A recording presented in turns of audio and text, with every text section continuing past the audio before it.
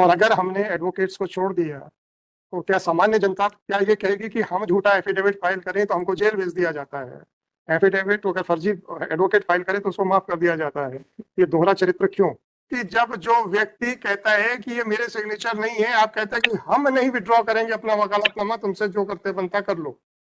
सवाल इस बात का है कि जब हालात यहां तक आप लोगों ने पैदा कर दिए कि उसको एसपी को भेजना पड़ा, क्योंकि तब तक भी कोई भी पीछे हटने को तैयार नहीं था।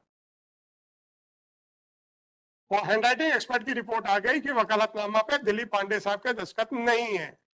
अभी बस इतना सा क्वेश्चन है, क्या फर्जी दस्तावेज के साथ, फर्जी हस्ताक्षर के साथ दिलीप पांडे जी का वकालतनामा पेश हुआ कि नहीं, और क्या प्रदीप कुमार तिवारी जी ने झूठा एफिडेविट हाईकोर्ट में पेश किया कि नहीं।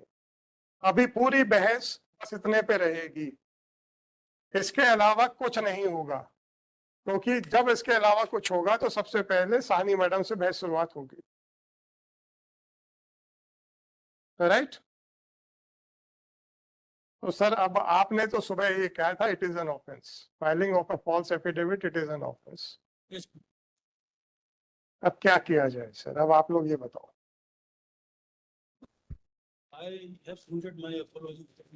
एपोलॉजी में सर हलफनामा की सेंटिटी क्या होती है? हलफनामा की सेंटिटी क्या होती है? सर इसके बारे में थोड़ा सा बहस करेंगे क्या?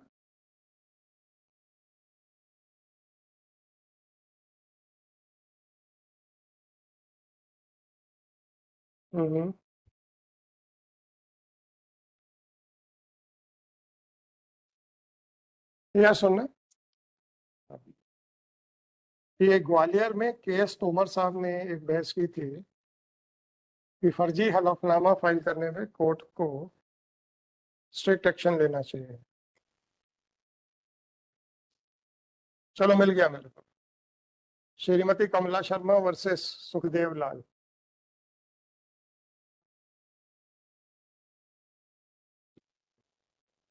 में सर 211 है सर, भारतीय न्याय संहिता में 211 है 52।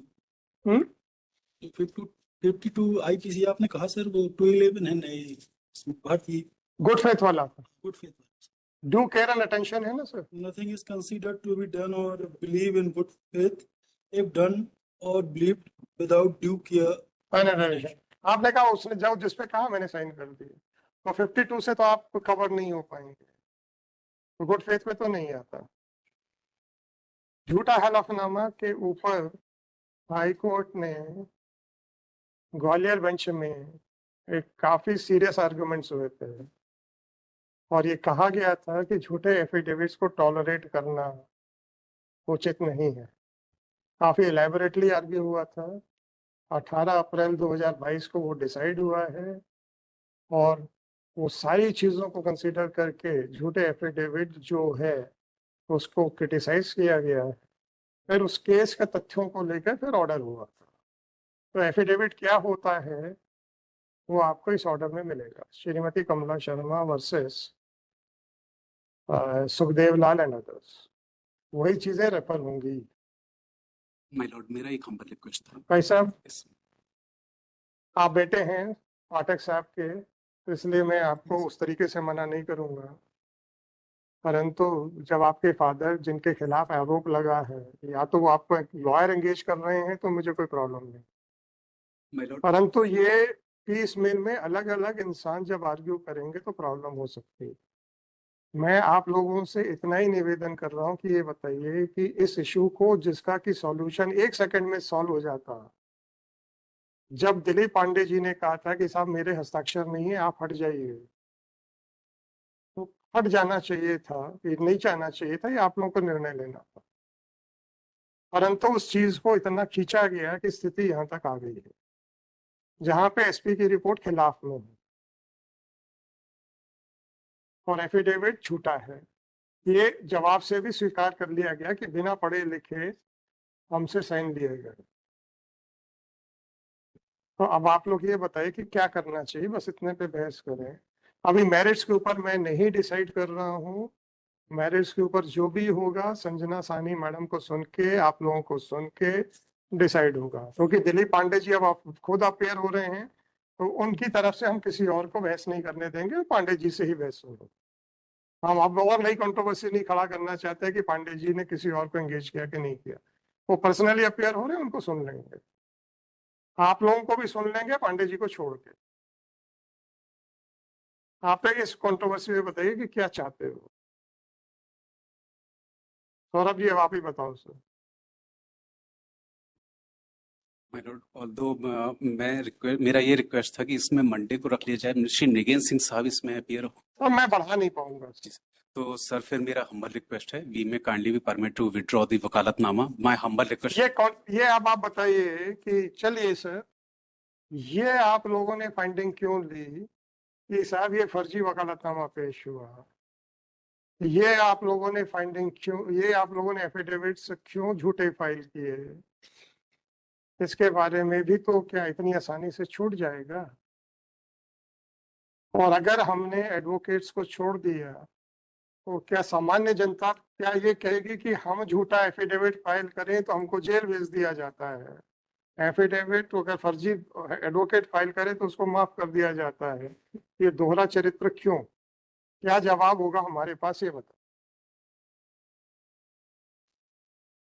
मैं भी जानता हूं ये कंट्रोवर्सी ऐसी नहीं थी कि जहां तक बात यहां तक आ जाए, जी और आप लोगों ने तो जो भी कारण हो इस बात को यहां तक खींचा है, और now we are at the point of no return, we can not go back now. मुझे अच्छे से याद है मिस्टर दिलीप पांडे साहब ने ये कहा था कि मैंने पाठक साहब से रिक्वेस्ट की, साहब मेरे संस्कृत नहीं है, आप विड्रॉ कर लीजिए। उन्होंने कहा कि आपसे जो करते बनता कर लें।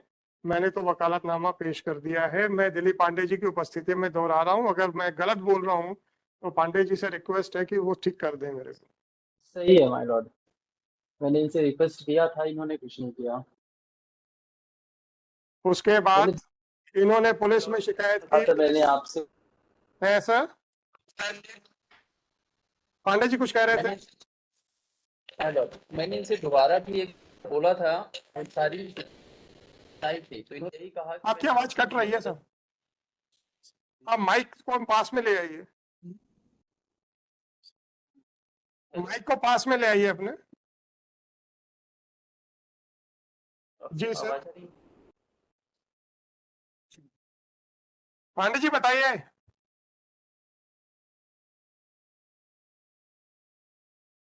पांडे जी आपको मेरी आवाज सुनाई दे रही है कि नहीं?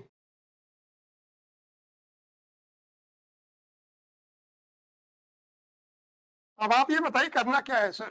विड्रॉवल तो हो जाएगा, कोई इशू नहीं है। ये झूठा वॉइस नहीं आ रही। झूठा वक्त है सर। पांडे जी कुछ कह रहे थे।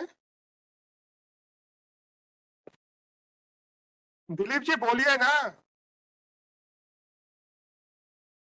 हेलो, ये कह रहे थे कि मैंने एक बार और निवेदन किया। हाँ वो एक बार और बोला था, नहीं वो ठीक है।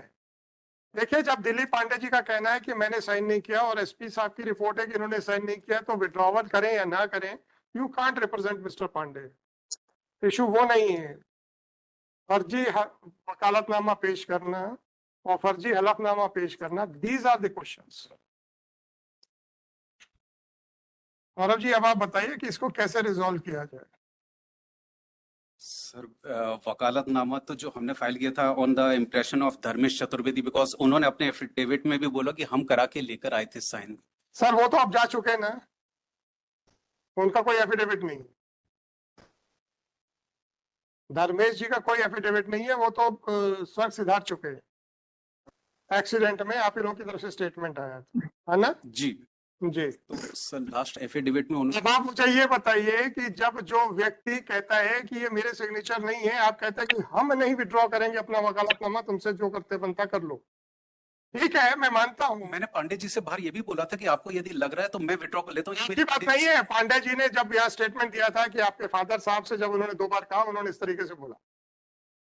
माय लॉर्ड, जब मैंने मृगेन सिंह सर थे साथ में, मैंने उनसे उनके सामने बोला था पाठक जी से। पाठक जी ने मुझसे एक ही बात बोला था, मैंने आपसे कोई मदद नहीं मांगी और मैं आपसे इस मैटर में कोई बात नहीं करना चाहता।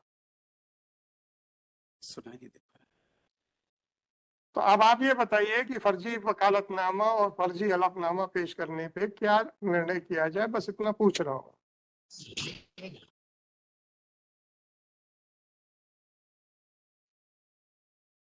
मैं आपसे अदरवाइज नहीं पूछता, क्योंकि अगर कोई बड़ी सीरियस कंट्रोवर्सी होती तो फिर मैं ये पूरा क्षेत्राधिकार अपने पास रखता। ये कंट्रोवर्सी आप लोगों ने पैदा की है। मैं जानता हूं कि जब बहुत सारे लोग होते हैं किसी केस में, तो सामान्यतः एक या दो व्यक्ति आते हैं, बाकी वो प्री साइंड वकालतनामा लेके आते हैं। I know that. परंतु प्री साइंड वकालतनामा में से अगर कोई एक व्यक्ति आपके पास आके कहता है कि मैंने साइन नहीं किया है, तो आपको हट जाना चाहिए था, ये मेरा विचार है। परंतु पांडे जी का कहना है कि भाई उनको साफ साफ मना कर दिया गया कि हम नहीं हटेंगे।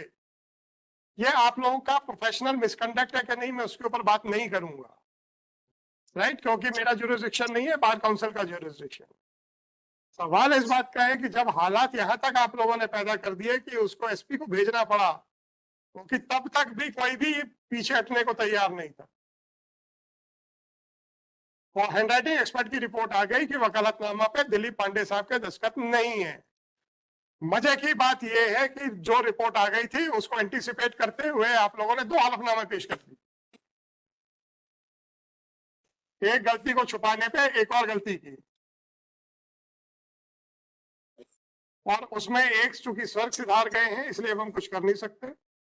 रहा सवाल दूसरे का हलफनामा आ गया कि मेरे से तो खाली कागज के ऊपर साइन कराए गए।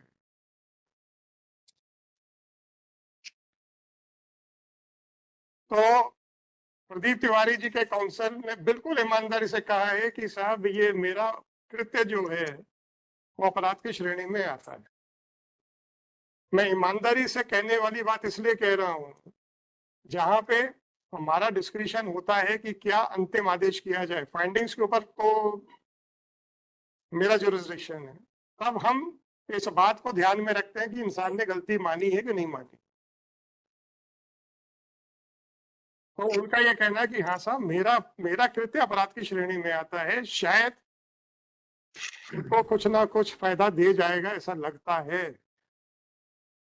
झूठा एफिडेविट फाइल करने को जस्टिफाई नहीं करूंगा मैं किसी भी तरीके से, परंतु अल्टीमेट कंक्लूजन में शायद इनकी ये स्वीकारोक्ति अगर ऐसा लगता है कि दिल से है, तो आदमी अगर सुबह का भूला शाम को घर आता है तो उसको भूला नहीं कहते, ऐसे हमारे बुजुर्ग कहते थे और हम इस बात को मानते हैं। Agree. हाँ सर, आप लोगों ने ये परिस्थिति क्यों खड़ी की कि हमको हैंडराइटिंग एक्सपर्ट तक को बुलाना पड़ गया? आप लोगों ने झूठे एफिडेविट क्यों फाइल करवाए? इसका थोड़ा सा आंसर दे दीजिए सर, बाकी फिर अपन बाद में देखेंगे मेरिट्स को, इसको पहले इस क्वेश्चन को डिसाइड कर दें। Because both of them appeared before the notary, they put their signature, they sir stated their Aadhaar पाठक साहब, have you seen the reply given by Pradeep Kumar Tiwari? Yes, I have. देख लिया ना sir? You are just you are still contesting that reply? You are contesting that reply? contest कर लीजिए, परंतु handwriting expert को आप कैसे justify deny कर पाएंगे? I admit that I have received wakalatnama duly signed by. Why you did not withdraw yourself when Mr. Pandey had suggested you? It is not a case. It is not a case where Mr. Dilip Pandey, all of a sudden stood up in the court and made allegations. I moved an application for that. And Mr. Pathak, don't try to twist the facts. मैं एक एक चीज की dates disclose कर दूंगा आपके, मैं एक एक चीज को डिस्क्लोज कर दूंगा, मैं आपके बोनाफाइड्स को डिस्क्लोज कर दूंगा सारे. my lord, Don't try to claim that you had moved an application for withdrawal. on that day, the application which was filed by Mr. Pandey was not available with me. And my lord directly. अच्छा पाठक साहब, आपको कुछ कहना है handwriting expert की report पे? No, I do not question. You do not question. आपको कुछ कहना है with regard to the reply filed by Mr. Pradeep Kumar Tiwari, that under what circumstances the affidavit was filed? If you want to say anything, so please comment upon that. Because earlier affidavit which was filed by Mr. Tiwari was duly authenticated by notary. यह उन्होंने स्वीकार किया है? आप पढ़िए तिवारी जी के affidavit पे, उन्होंने स्वीकार किया है कि मैंने नोटरी के जाकर रजिस्टर पे साइन किए हैं। ठीक। फिर उन्होंने एक्सप्लेन किया कि किस परिस्थिति में एफिडेविट टाइप हुआ है। अगर वो ये कहते हैं कि मैंने नोटरी क्या नहीं गया हूं, तो मैं फिर उनके वकील साहब से पूछता।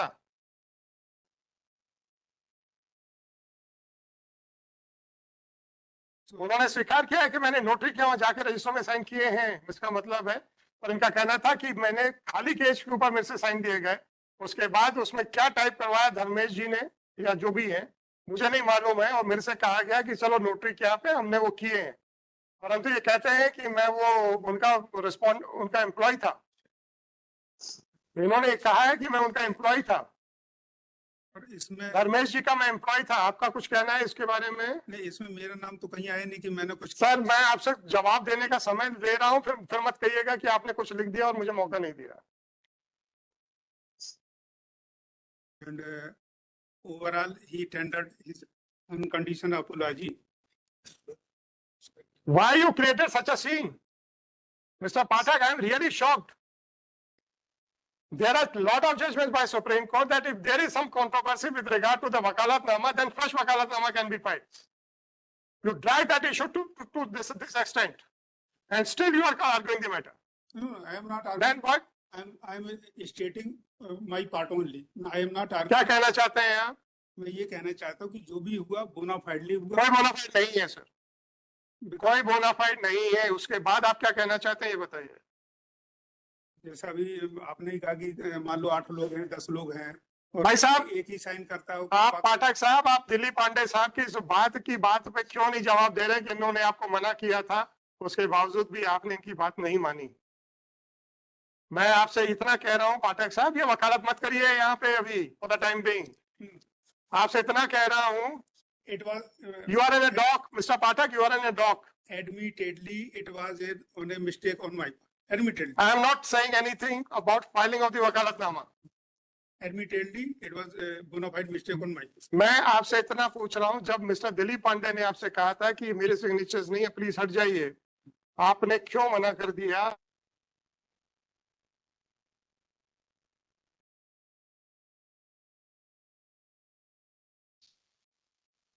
मतलब नहीं है समय बर्बाद करेंगे अपना। Yes. मिस्टर दिलीप पांडे ने पहली बार खड़े होकर कोर्ट में नहीं बोला। अनफॉर्चुनेट पार्ट यह है कि मिस्टर दिलीप पांडे ने पहले आपसे बोला, तो जब आप नहीं माने तो उन्होंने एसपी को शिकायतें की, एसपी ने सिपाही तक आपके घर भेजा या कोर्ट में भेजा। कौन है? मिस्टर पाठक, यस, अरे यार सिपाही अगर आपको फोन करता है कि आपने वकालतनामा फर्जी लगाया है, तो ऐसा ये इसलिए कह रहा हूं कि मिस्टर दिलीप पांडे ने डायरेक्ट कोर्ट में शिकायत नहीं की थी। They took every step to resolve this matter amicably. But you said कि नहीं मैं तो लड़ूंगा। कोई बात नहीं सर।